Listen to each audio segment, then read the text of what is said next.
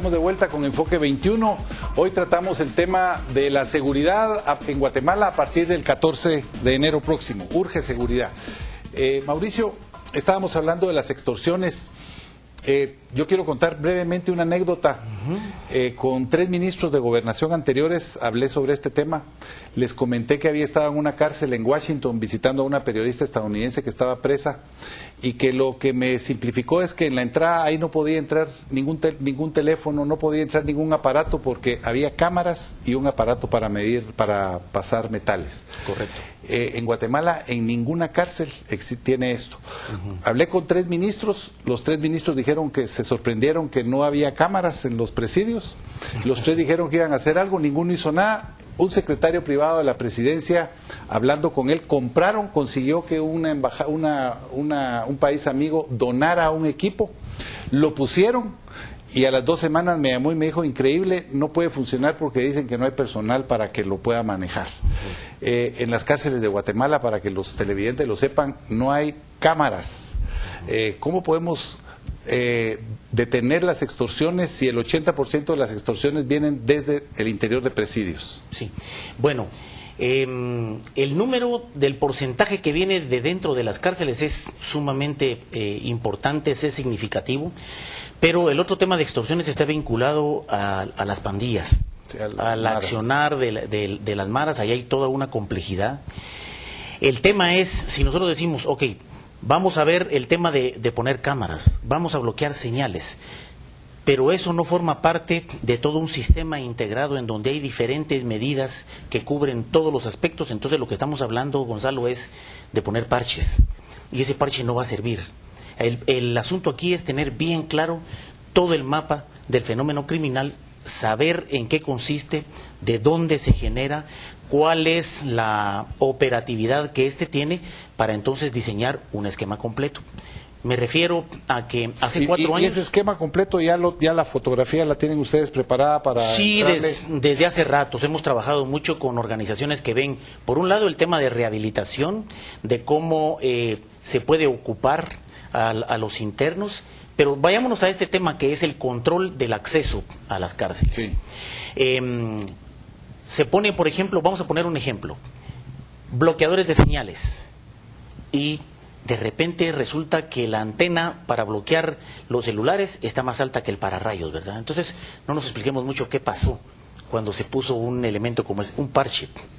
Cuando hablamos de los accesos, ahora lo que se llama es la construcción de portales de acceso. Es correcto. Que tienen rayos X, sí, tienen analizadores moleculares para detectar explosivos y drogas. Hay cámaras de vigilancia electrónica para vigilar a los que están controlando. Agentes, por supuesto. Sí. Y esa señal está yendo a un lugar remoto en donde están los que están protegiendo que el sistema funcione.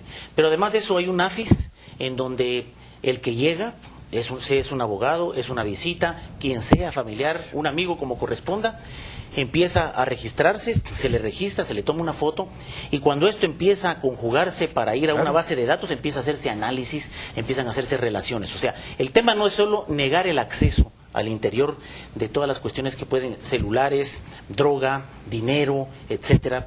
Tiene que estar amarrado a un esquema que nos dé otro tipo de valores para el control. ¿Y eso está en las prioridades de tu programa de sí, gobierno? Te quiero contar que existen 2 portales que se entregaron hace 4 años. Perdón, vamos sí. a ver que se sume a esta conversación por Skype Ana María Klen. Ella seguramente está oyendo y de repente podemos terciar un poquito ahí. Ok.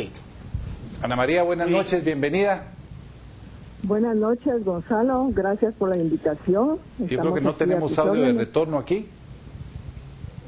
Vamos, ¿nos escuchas bien, Ana María?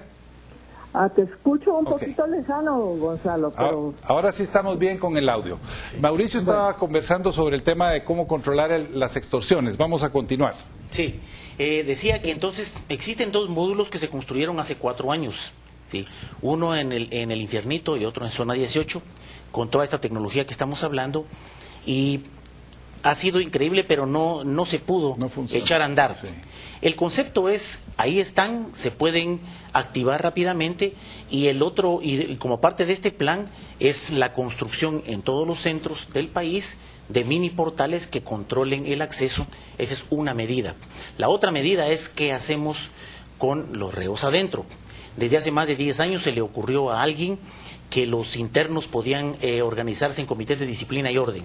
Eso quería decir, allá adentro arréglenselas como ustedes pueden. Entonces lo que ha privado, o lo que ha prevalecido, mejor dicho, es un poco la ley del más fuerte.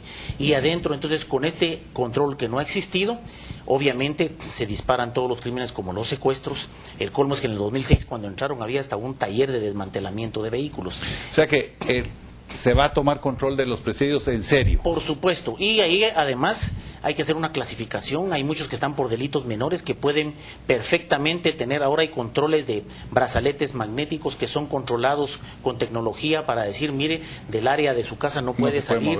Hay una serie de cuestiones que pueden utilizarse.